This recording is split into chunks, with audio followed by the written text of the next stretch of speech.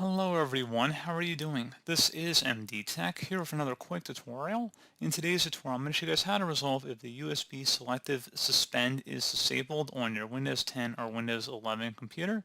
So this feature would allow the computer to save power by putting certain USB ports into a suspended state.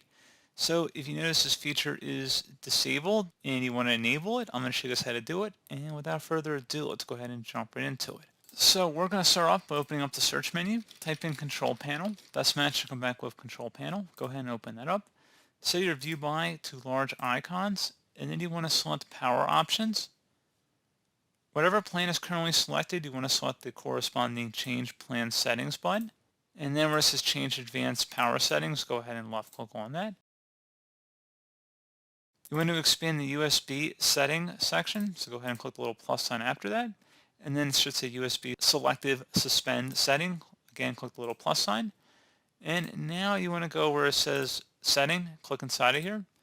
And if you want to enable or disable it, you would make that selection here. And if you were using a laptop, there'd be an additional option where it would say on battery and plugged in. Since I'm on a desktop environment, it's only giving me one setting here to modify, but in your case, there may be more than one. And you just would set them both to enabled if you wanted to enable them. And if you want to do the opposite and disable them, you could do that as well, all from the same setting area here. Select apply and OK to save the change of whatever you choose to do, and then you should restart your computer at this time.